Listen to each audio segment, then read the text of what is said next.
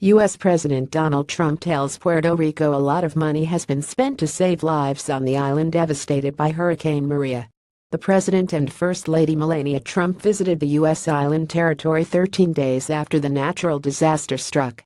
Trump praised rescue efforts and noted that fewer lives, 34, were lost in the aftermath of the storm, compared to hundreds during Hurricane Katrina, that struck the southern state of Louisiana in 2005. Voz Zlatica reports.